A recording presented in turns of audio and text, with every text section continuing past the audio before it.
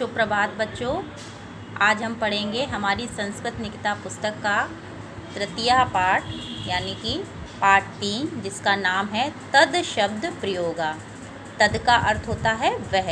यह एक सर्वनाम शब्द है। जैसा कि हम सबको पता है, सर्वनाम शब्द क्या कहलाते हैं? संज्ञा के स्थान पर प्रयोग किए जाने वाले शब्दों को सर्वनाम कहते हैं। जैसे वह, तुम, हम सब, है ना, ये सब क्या कहलाते हैं? सर्वनाम शब्द कहलाते हैं। इसी प्रकार आगे देखते हैं कि तद शब्द के पुल्लिंग में सह तौ ते, यानी तद शब्द के पुल्लिंग में यानी पुल्लिंग शब्दों के लिए जब हम वह शब्द की संस्कृत लगाते हैं तो एक वचन में हमारे रूप कैसे बनते हैं? एक वचन कर्ता के लिए सह, द्विवचन कर्ता के लिए तौ और बहुवचन कर्ता के लिए ते शब्द का प्रयोग करते हैं। सह का अर्थ होता है वह, तौ का अर्थ होता है वे दोनों और ते का अर्थ होता है वे सब। इसी प्रकार स्त्रीलिंग में क्या रूप बनते हैं हमारे? एक वचन कर्ता के लिए सा, द्विवचन कर्ता के लिए ते और बहुवचन कर्ता के लिए ता। तथा नपुंसक में तत् रूप बनते हैं। नपुंसक लिंग में हमारे एक वचन कर्ता के लिए तत्, द्विवचन कर्ता के लिए ते और बहुवचन कर्ता के लिए ताने, इस प्रकार हमारे रूप बनते हैं। तो इन शब्दों का प्रयोग किया जाता है। आइए अब हम अपने लिंगानुसार इस पाठ में अब हम तत् शब्द का प्रयोग देखेंगे। तो पाठ पढ़ना प्रारंभ करते हैं। यहाँ एक हमें वृक्ष का चित्र दिया गया है और इससे एक वस्तु गिरती हुई नज़र आ रही है। तो आइए पढ़कर देखते हैं। तत् किम अस्ति। तत्, क्योंकि ये निर्जीव वस्तु है तो ये नपुंसक लिंग के अंतर्गत आती है, इसलिए यहाँ तत् शब्द का प्रयोग हुआ है। वह शब्द के लिए, इस वस्तु के लिए वह शब्द की संस्कृत तत् प्रयोग हुई है। तो यहाँ अर्थ हुआ तत् किम अस्ति, अर्थात वह क्या है। तत् माने होता है वह, किम माने क्या, अस्ति माने है, यानी वह क्या है। इसी प्रकार आगे देखते हैं। तत् अक्षोटः अस्ति, अर्थात वह, अक्षोटा का अर्थ होता है अखरोट, अखरोट अस्ति माने है, यानी वह अखरोट है। आगे देखते हैं। तत् अक्षोटः पतति, अर्थात वह, अक्षोटा का अर्थ मैंने आपको बताया अखरोट, पतति का अर्थ होता है गिरता है। ठीक है, तो यहाँ क्रिया हमारी एक वचन में, क्योंकि कर्ता हमारा एक वचन में है इसलिए क्रिया भी हम एक वचन में ही प्रयोग करेंगे। तो वह अखरोट गिरता है। आगे देखते हैं। यहाँ एक बालिका का चित्र है जो पुस्तक पढ़ रही है। तो अब देखें बालिका के लिए वह की संस्कृत। जैसा कि मैंने आपको पहले बताया था कि स्त्रीलिंग में वह की संस्कृत सा होती है। ठीक है, एक वचन कर्ता के लिए सा शब्द का प्रयोग होता है वह के लिए। तो सा का अस्ति, यानी वह का माने कौन, अस्ति माने है। तो कर्ता हमारा स्त्रीलिंग में है, इसलिए हमारा स्त्रीलिंग में वह की संस्कृत सर्वनाम शब्द हमने सा लगाया।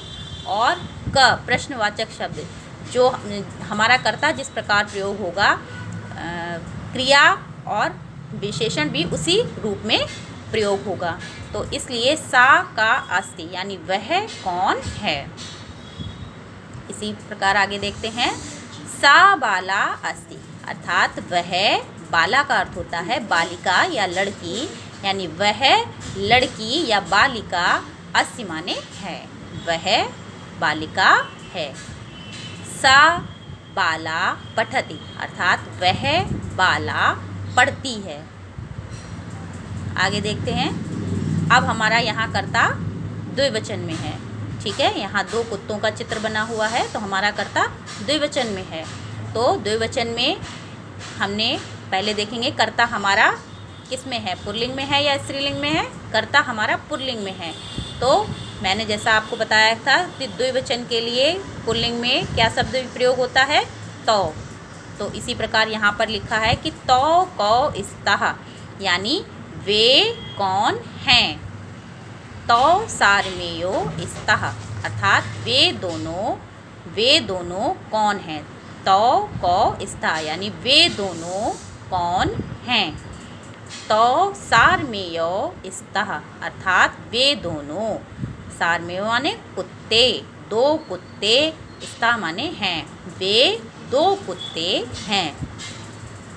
तो सारमेयो धावता, वे दोनों कुत्ते धावता अर्थात दौड़ते हैं। अब यहाँ क्रिया भी हमारी द्विवचन में प्रयोग हुई, ठीक है।